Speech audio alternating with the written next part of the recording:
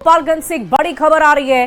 थावे दुर्गा मंदिर में श्रद्धालुओं के साथ मारपीट से जुड़ा हुआ मामला सामने आया है। कल प्रसाद नहीं खरीदने पर 6 भक्तों के साथ मारपीट हुई है। घटना के बाद प्रशासन ने सख्ती दिखाई है। 7 आरोपियों की दुकानें परिसर से हटाई गई। आरोपियों की गिरफ्तारी के लिए छापेमारी तेज कर दी गई है। इस मामले को लेकर प्रशासन पूरी तरह से अलर्ट मोड पर है। डीएम पवन कुमार सिन्हा ने सख्ती जताई है। दोषियों को किसी कीमत पर बख्शने की चेतावनी नहीं दी गई। धार्मिक स्थलों पर व्यवस्था बनाए रखने पहली प्राथमिकता रखी गई है। अव्यवस्था और दुर्व्यवहार पर कड़ी कार्रवाई के निर्देश भी दिए गए। इस वक्त की बड़ी खबर आपको बता रहे हैं गोपालगंज से, जहां 7 आरोपी की दुकान परिसर से हटा दी गई है।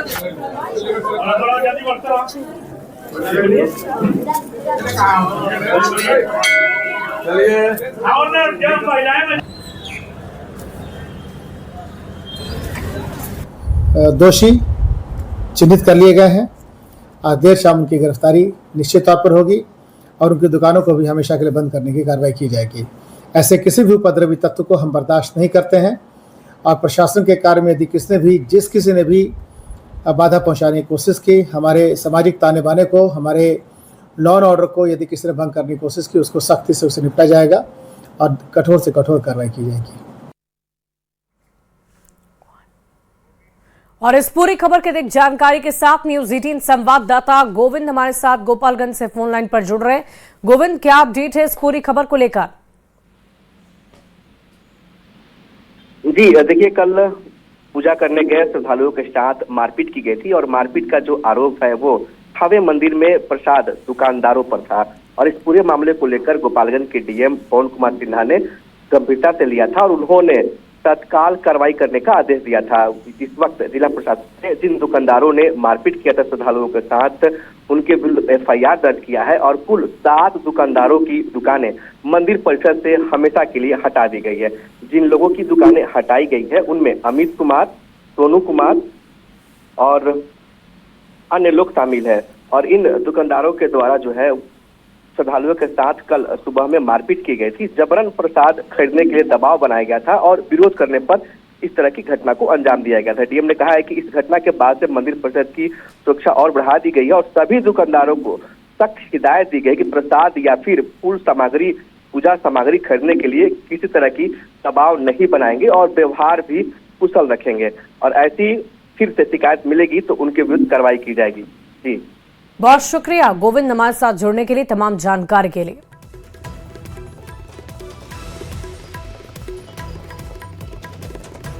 और इसी बीच वैशाली से एक बड़ी खबर का रुख करते हैं। जमीन विवाद ने हिंसक रूप लिया है। गरौल थाना क्षेत्र के लोदीपुर गांव में जबरदस्त बवाल मचा है। दबंगों ने घर पर हमला कर दिया।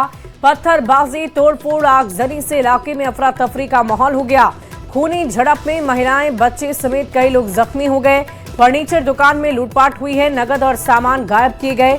करीबन 1 लाख रुपए नगद, 3 लाख का सामान लूटा। हमलावरों ने दुकान में आग लगा दी। इस वीडियो भी सामने आ चुका है। पुलिस फिलहाल इस मामले की तफ्तीश में जुटी है। गांव में स्थिति तनावपूर्ण बनी हुई है और पुलिस बल को भी मौके पर तैनात किया गया। तो देखिए, झड़प में कई महिलाएं, बच्चे घायल हो गई हैं। और वैशाली से बड़ी खबर आपको बता रहे हैं। हमलावरों ने दुकान में आग लगा दी, जिसकी तस्वीर भी सामने आई। फिलहाल गांव में तनावपूर्ण माहौल है। पुलिस बल को तैनात किया गया है ताकि आगे किसी तरह की कोई अप्रिय घटना ना हो। जमीन विवाद ने हिंसक रूप लिया है, जिसकी तस्वीरें हम आपको दिखा रहे हैं। दबंगों ने घर पर जाकर हमला कर दिया, यहां तक कि आग लगा दी। और उसके बाद ये तस्वीर सामने आई है, जहां तोड़फोड़ की गई, मारपीट हुई, आगजनी हुई और उसके बाद पुलिस प्रशासन फिलहाल एक्शन में नजर आ रहा है। देखिए आप लोग,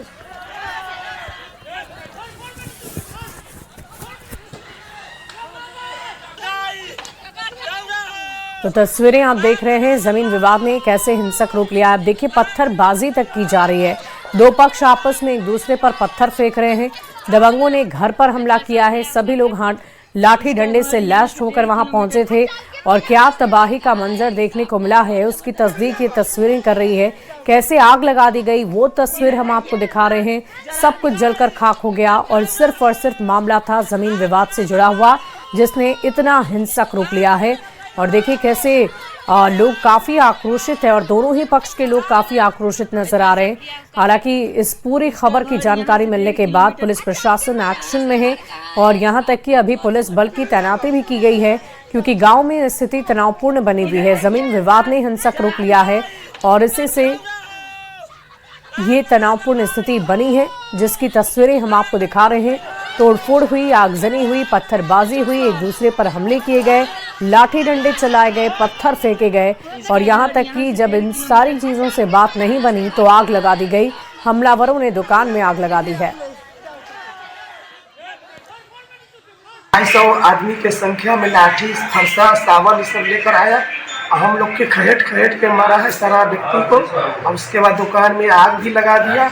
और भतीजी का शादी भी 16 तारीख के था, 15-16, उसमें 1,20,000 रुपया बंधन से लिए थे, वो भी बक्सा उक्सा तोड़ कर ले गया।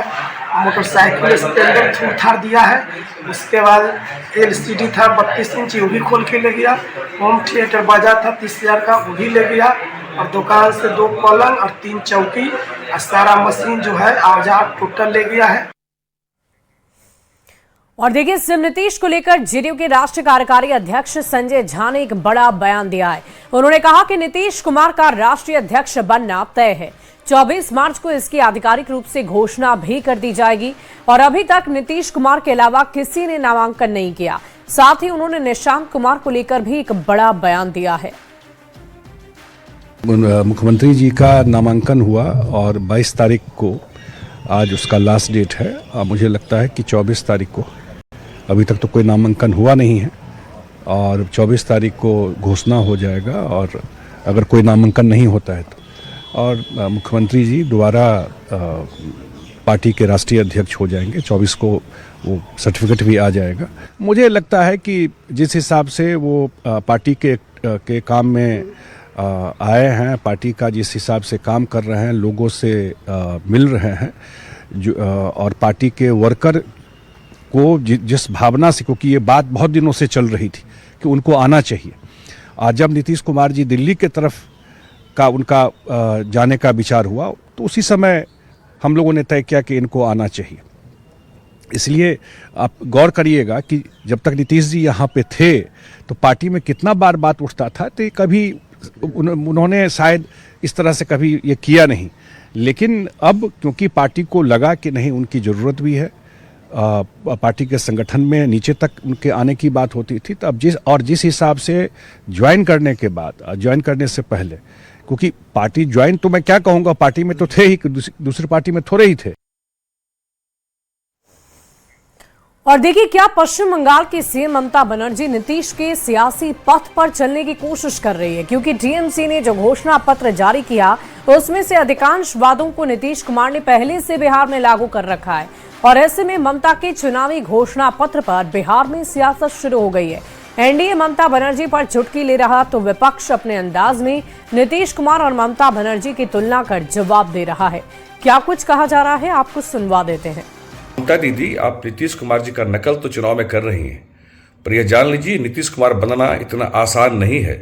नीतीश कुमार जी सिर्फ वादे करने का नाम नहीं है, नीतीश कुमार जी डिलीवरी करने का नाम है। और आपने पहले से जो योजनाएं बंगाल में चलाई थी उसमें ढेरों शिकायतें हैं, हजारों शिकायतें हैं। फिर से सरकार में आएंगे तो क्या काम करेंगे महिलाओं के लिए, किसानों के लिए, युवाओं के लिए, बेरोजगारों के लिए उन्होंने अपना रोड मैप बताया है। तो ये एनडीए के घोषणा पत्र का कहाँ सवाल है। एनडीए तो बिहार में तो एनडीए ने श्री तेजस्वी यादव जी का नकल किया था घोषणा पत्र। बहुत अच्छी बात है। अपने खजाने से कोई अगर सरकार पैसे बांटना चाहती है तो उसमें अपने घोषणा पत्र में अगर किसी ने कोई विषय रखा है तो उस पर तो कोई टिप्पणी नहीं है। लेकिन मुझे ऐसा लगता है कि पश्चिम बंगाल में परिवर्तन तय। नीतीश कुमार ने जो तरक्की का मॉडल सेट किया है, आज पूरा हिंदुस्तान उसको फॉलो करने पर मजबूर है। बंगाल की सीएम ममता बनर्जी जी अगर आज अपने मैनिफेस्टो में उन्हीं कामों को लेकर के आ रही हैं, उनको लगता है कि नीतीश कुमार को अगर फॉलो करेंगे तो बंगाल को एक मर्तबा फिर जीत जाएंगे। महिलाओं के लिए काम करना हो, किसानों के लिए काम करना हो। समय के साथ लोगों की मांगों का स्वरूप भी बदलता जाता है। तब लोगों को जिस चीज की जरूरत थी सरकारें वो करती थी, अब लोगों को जिस चीज की जरूरत है सरकारें वो कर रही हैं। इसमें क्या ट्रेंड सेट कर दिया नीतीश जी ने। और आइए अब आपको एक सावधान और चौंका देने वाली खबर बताते हैं। देखिए, मधेपुरा के ग्वालपाड़ा प्रखंड में एक बेहद गंभीर और चौंका देने वाला मामला सामने आया, जहां इंटर की परीक्षा के परिणाम को घोषित होने से पहले ही छात्रा को पास कराने के नाम पर रिश्वत की मांग की जा रही है। और इस पूरे मामले का एक ऑडियो भी बहुत तेजी से वायरल हो रहा है, जिसने शिक्षा व्यवस्था पर सवाल खड़े कर दिए हैं। हालांकि न्यूज 18 इस वायरल ऑडियो की पुष्टि नहीं करता है। ऑडियो में एक छात्रा के परिजन को फोन पर खुद को बिहार बोर्ड पटना का कर्मचारी बताने वाले एक व्यक्ति, जिनका नाम गौरव कुमार सिंह, ने संपर्क किया। फोन पर उसने पहले छात्रा की पूरी डिटेल दी, जानकारी दी, फिर साफ तौर पर 4,000 रुपए रिश्वत की मांग रखी। उसने दावा किया कि पैसे देने पर छात्रा को पास कर दिया जाएगा, नहीं तो उसे फेल कर दिया जाएगा। हैरानी की बात तो यह है कि आरोपी ने परिजनों से नंबर सेव करने और रिजल्ट जारी होने के बाद दोबारा संपर्क करने की भी बात कही है। और इससे इस पूरे मामले में संदेह और भी ज्यादा गहरा गया है। अब सबसे बड़ा सवाल यही है कि अगर फोन करने वाला व्यक्ति सच में बोर्ड से जुड़ा है तो इतनी खुलेआम रिश्वत कैसे मांग रहा है, और अगर ये कोई साइबर ठग है तो उसके पास छात्रा की इतनी सटीक और डिटेल जानकारी पहुंची कैसे? ये एक बहुत बड़ा सवाल है। और आपको उस ऑडियो को भी हम सुनवाएंगे जिसकी पुष्टि न्यूज 18 नहीं करता, लेकिन इस वायरल ऑडियो की सच्चाई, इसकी तहकीकात हमने भी की है। उस ऑडियो को आपको सुनवाते हैं। 12वीं में छात्रा के साथ ये धोखाधड़ी का मामला सामने आ रहा है, साइबर ठगी का मामला सामने आ रहा है। फोन किया कि आप जो है काजल कुमारी बात कर रहे हैं, तो हम बोले कि नहीं, हम उसका ब्रोदर बात कर रहे हैं। तो वो बोला कि हमको काजल कुमारी से बातचीत करवाइए। हम बोले वो अभी घर पर नहीं है। तो बोला कि एग्ज़ाम पिछले बार फेल कर गया था, इस बार भी फेल कर रहा है। तो इस बार जो फेल कर रहा है उसमें 155 नंबर आ रहा है। तो हम बोले उसका 155 नंबर आने का रीज़न क्या है?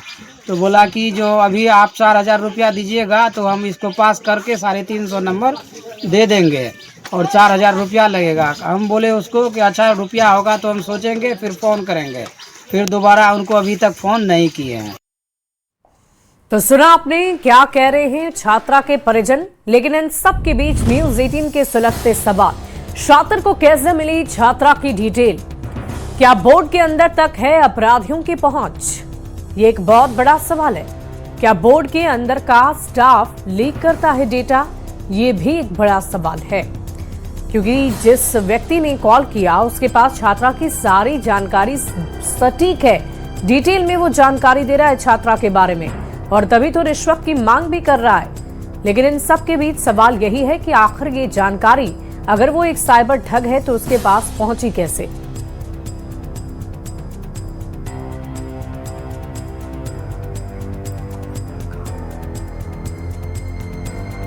और देखिए, मधेपुरा से न्यूज 18 संवाददाता श्रीकांत हमारे साथ इस वक्त फोन लाइन पर जुड़े हुए हैं। श्रीकांत, क्या जानकारी है आपके पास इस वायरल ऑडियो को लेकर? किसी तरह की कोई जानकारी अब तक आ पाई है?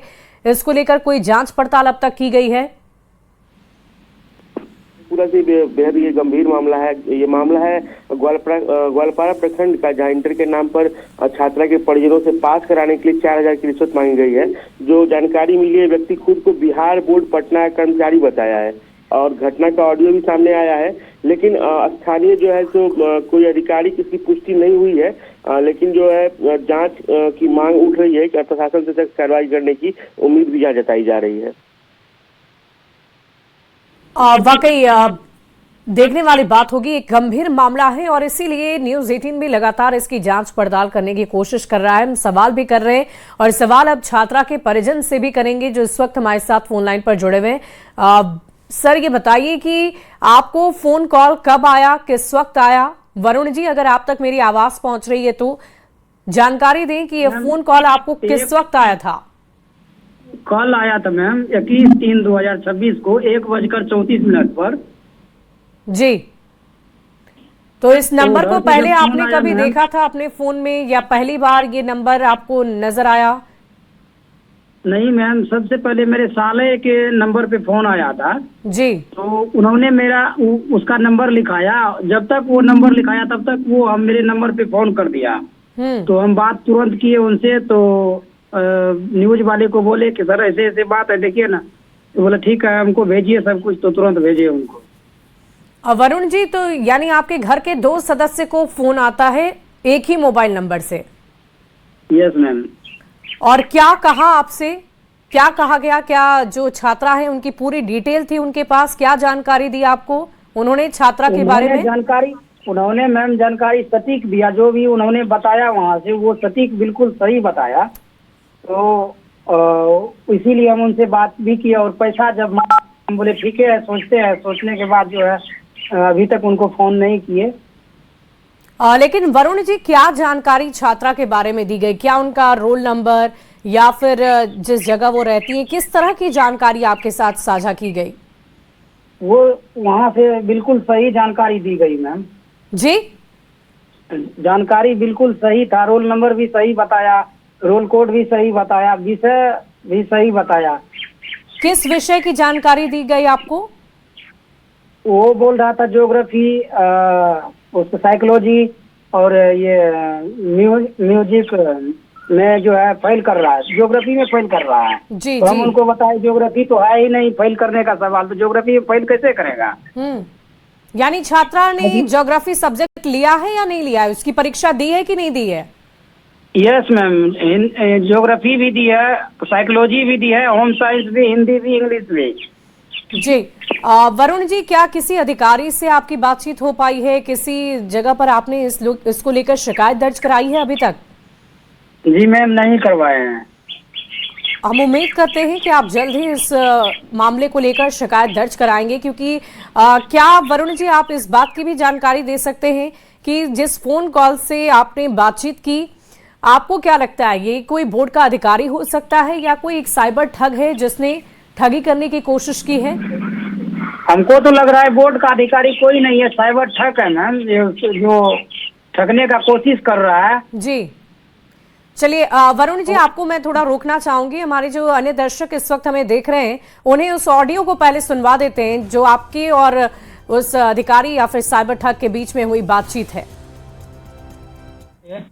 मैं पटना बोर्ड ऑफिस से बोल रहा हूँ, बिहार बोर्ड शिक्षा समिति पटना बोर्ड ऑफिस से। काजल कुमारी जो बच्ची है वो 12th का एग्जाम दिए। विद्यानंद शर्मा पिता का नाम, माता का नाम पिंकी देवी। जी सर, आप कौन बात करे काजल कुमारी का? उनका बलोदर भाई। तो एग्जाम जो दिया सर, ये ज्योग्राफी और होम साइंस है ना, और ये होम साइंस और ज्योग्राफी में नंबर कम लाने के कारण बच्चा फेल हो गया है। तो ये बच्चा क्या चाहते हैं आप लोग? फिर से एग्जाम दिलाना चाहते हैं या चाहते हैं कि मेरा बच्चा इसी बार पास हो जाए? क्या चाहते हैं? इस बार पास होने का क्या रीजन? इस बार यही रीजन है कि कुछ खर्चा लगेगा, दे पाएंगे तो हम बच्चे को पास कर देंगे, और नहीं तो अगला बार एग्जाम दिलाना पड़ेगा सर आपको। जी। कितना खर्चा लगेगा? खर्चा सर आपको हम अभी जैसे कि 155 नंबर इसका आ रहा है, टोटल 155 नंबर भी आ रहा है ना। जी, तो इसका खर्च ज्यादा नहीं, टोटल ऑल सब्जेक्ट यानी कि ऑल सब्जेक्ट का नंबर प्लस कर देंगे, समझ रहे ना? 5 सब्जेक्ट का एग्जाम दिया है तो 350 नंबर कर देंगे हम, समझ रहे ना? उसमें खर्चा जो सर आपको ज्यादा नहीं, टोटल आपको जो कि 4000 रुपये मात्र लगेगा। अगर दे पाएंगे तो सीट कंफर्म हो जाएगा, नहीं तो अगला बार एग्जाम देना पड़ेगा सर। अच्छा। जी, तो क्या करना है ये बताइए। फेल किस सब्जेक्ट में हो रहा है? ये ज्योग्राफी में या होम साइंस में? ज्योग्राफी में तो फेल करने का कोई चांस ही नहीं बनना है। अच्छा चलिए ठीक है, चांस नहीं बन रहा, नंबर सेव कर लीजिए, रिजल्ट के बाद बात कीजिएगा, पता चल जाएगा हम क्या बोल रहे हैं, क्या हुआ। ठीक है बॉस। आपका नाम नीतीश जी है? क्या आपका नाम क्या है? नीतीश? गौरव सिंह मेरा नाम हो गया। ठीक है बॉस, ऐसा होगा तो कॉल करना। चलो ठीक है। तो आपने सुना इस वायरल ऑडियो को और इसी को लेकर लगातार चर्चा हो रही है। अब बढ़ते हैं अगली खबर की ओर, बात करेंगे आरा से, जहां आरा रेलवे स्टेशन पर लोगों की लापरवाही एक बड़े हादसे को न्योता देती नजर आई।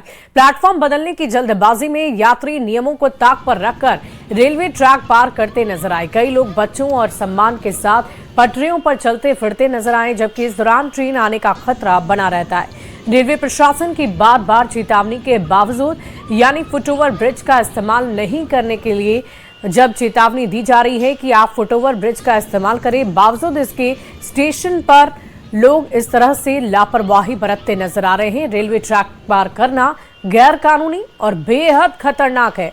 लगातार जागरूकता अभियान के बावजूद ऐसी लापरवाही चिंता का सबब बनी हुई है।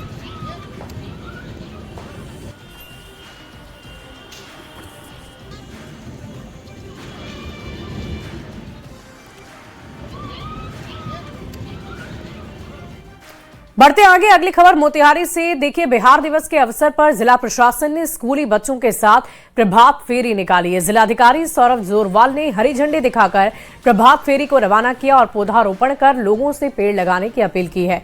इस दौरान जिला शिक्षा पदाधिकारी सहित शिक्षा विभाग के अधिकारी और बड़ी संख्या में छात्र छात्राएं मौके पर मौजूद रहे।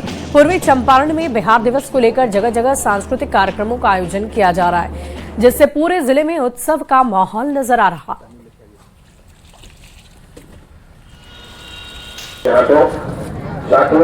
जिला शिक्षा पदाधिकारी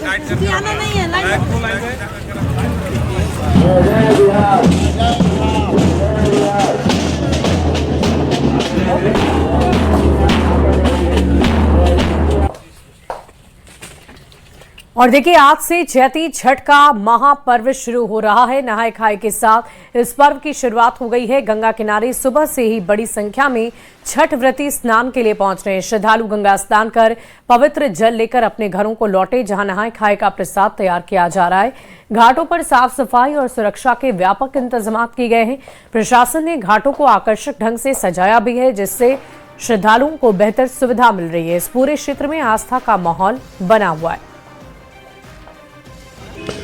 लोक आस्था का महापर्व चैती छठ पर्व की आज से शुरुआत हो रही है और इस वक्त हम आपको गंगा किनारे की तस्वीर दिखा रहे हैं, जहां बड़ी संख्या में छठ व्रतियां पहुंची हुई हैं और 22 तारीख से लेके 25 तारीख तक छठ पर्व मनाया जाएगा। चैती छठ पर्व बेहद महत्वपूर्ण होता है छठ व्रतियों के लिए। कई छठ व्रती ऐसी होती हैं जो चैती छठ पर्व भी पूरे धूमधाम के साथ और भक्तिभाव के साथ मनाती है और ऐसी ही तस्वीर इस वक्त गंगा किनारे दिख रही है, जहां पे बड़ी संख्या में जो छठ व्रती वहाँ पहुंचे हुए हैं। चूँकि आज नहाय खाए है और गंगा में पवित्र स्नान करने के बाद जो सात्विक भोजन चावल दाल कद्दू की सब्जी जो बनती है वो आज बनाया जाएगा छठ व्रतियों की तरफ से।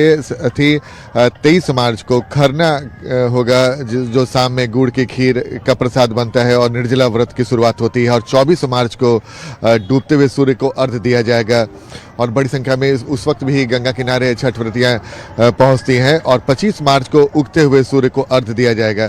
तो जाहिर तौर पर चैती छठ महापर्व को लेकर हर तरफ लोग भक्ति में डूबे हुए हैं। अब भगवान भास्कर को अर्घ्य देंगे, लेकिन उसके पहले आज नहाय खाए के दिन गंगा किनारे एक अद्भुत सा एहसास हो रहा है। छठ के गीत बजाए जा रहे हैं और जो छठ व्रतियाँ हैं चाहे उनके परिवार के लोग हो, गंगा जल लेकर अपने अपने घरों में जाएंगे, जहाँ पे वो जो आज नहाय खाए है उसका प्रसाद बनाएंगे। तो बेहद खास है गंगा किनारे इस वक्त की तस्वीर, जहाँ चैती छठ महापर्व को लेकर जो छठ व्रतियाँ हैं वो बेहद उत्साहित और भक्ति में डूबी हुई दिख रही हैं। कैमरामैन मनीष जुनिया के साथ आनंद अमित राज, न्यूज़ 18 नेटवर्क, पटना।